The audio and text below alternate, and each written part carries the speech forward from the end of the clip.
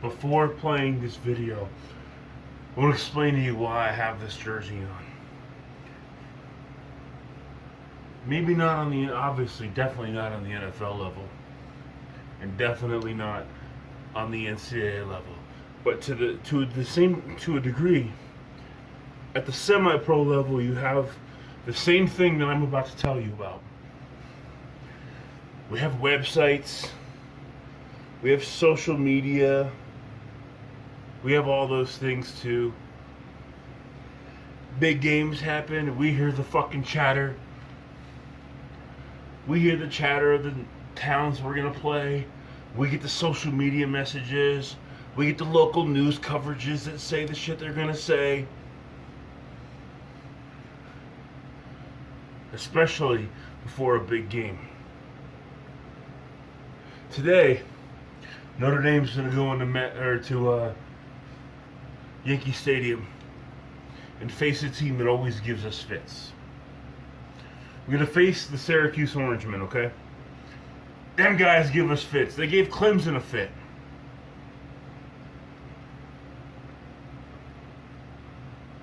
This game is important. It'll basically decide whether or not we make the playoffs or not, and we hold our number 3 spot. Because once we do, we got to go up against Clemson. Okay? I know there's another game next week, but this is the big game right here. This is probably the biggest game of the season. This is probably the biggest game of the season right here. Now Notre Dame's good. We have our haters. We have our people that just don't give a damn, that want to hate on Notre Dame. The other day I was told that we are the Dallas Cowboys of the NCAA.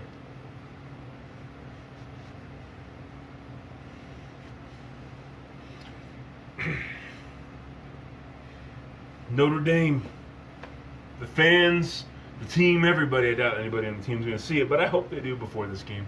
Remember something. I know the feeling, not on your level, of waking up in the morning.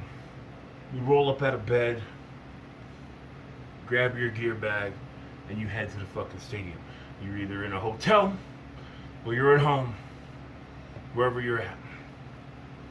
But you wake up, you have your pregame thing. I have my pregame ritual too. And you wake up, you grab your bag and you roll out. Now anybody who's played team sports knows this. The best part about team sports is the morning of. What happens? You get to your field, you get to your stadium, you get to your court, whatever. You hit that locker room. And somewhere between the outside of that locker room and the inside, right in that doorway, there's a change that happens. Right in that doorway, you go from who you are, personally, you hit that fucking locker room with your bag getting ready to go. You walk in, and it's no longer who you are. It's who we are. Who are we? Maybe you're the first one in the locker room. Maybe you're not. Maybe your teammates are there before you. But everything stops at that fucking door. Everything stops at that door, and you walk in from being who you are. Boom. You walk in, and it's no longer you. It's we as a unit. As a team. Nothing else matters. Anything that they said on Facebook, anything that they said in the local or national news or whatever, at whatever level you play it, none of that shit matters anymore. Because there's one thing I've learned playing football. There's one thing I've learned playing football is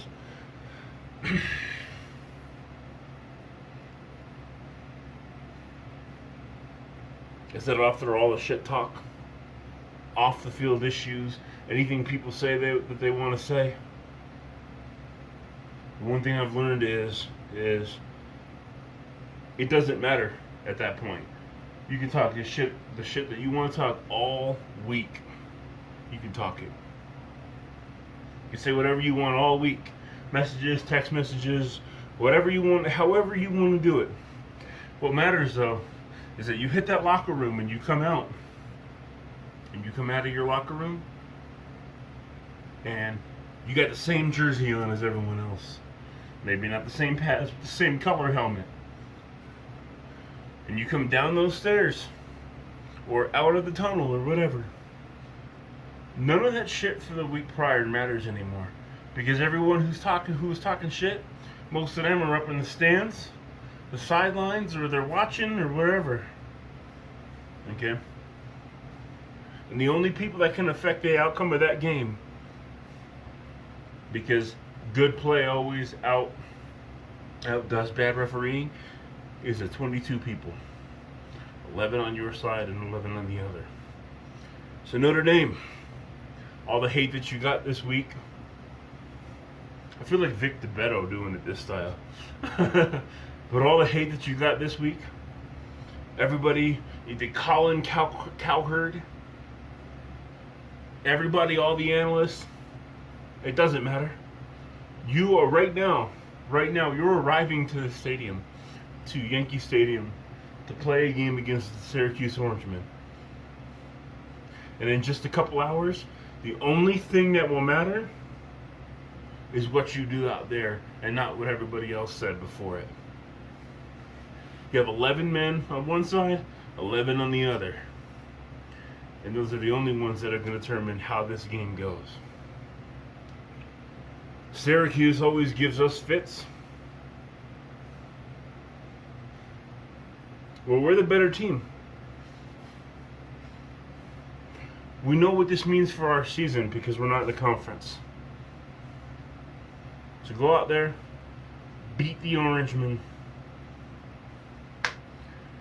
Let's go ahead and have a good game, man. On to the video. Of all the fan bases, though, I think Notre Dame's just the most delusional. I mean, how many coaches do you need to see struggle to realize maybe it's harder to win there?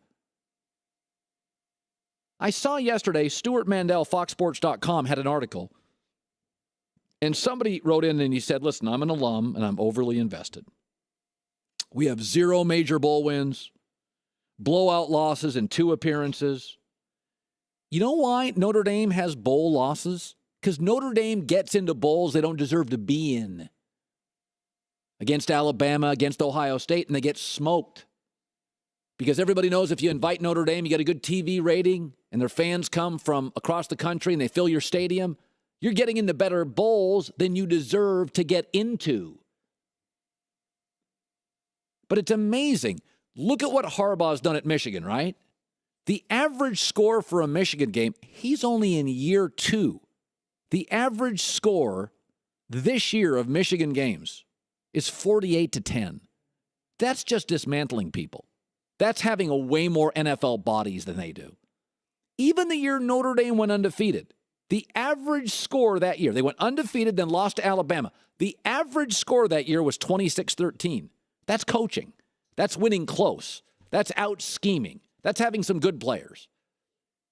Just say it out loud with Notre Dame. Academics, isolated, cold weather, religious overtones. Hard. It's a hard place socially. It's a hard place. It's not cool like Ann Arbor. It's not a city like Columbus. It's in the middle of nowhere. It's academic. It's religious. It's hard to get in. Hard to stay in. Notre Dame doesn't have a single elite NFL cornerback.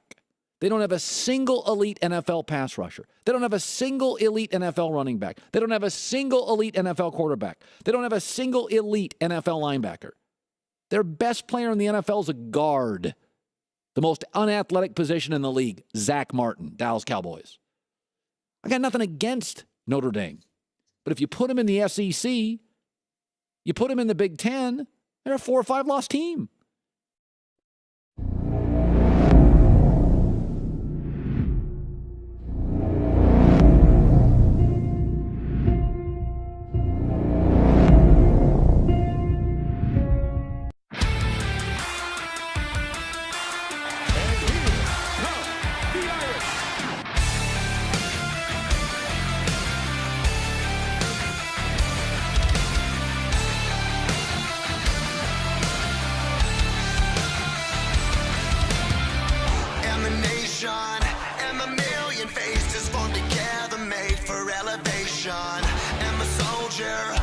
surrender. Faith is like a fire that never burns to embers. The voice of the unheard. Love is the answer. I gotta speak it, believe it, that's how I feel inside. I can't sit here quiet. You can take my heart, you can take my breath when you're prying from the cold dead chest. This is how we rise up. Heavy as a hurricane, louder than a freight train. This is how we rise up. Heart is beating faster, feels like thunder. Magic static, call me a fanatic. It's our world, they can never have it. This is how we rise up. It's our resistance, you can't resist us.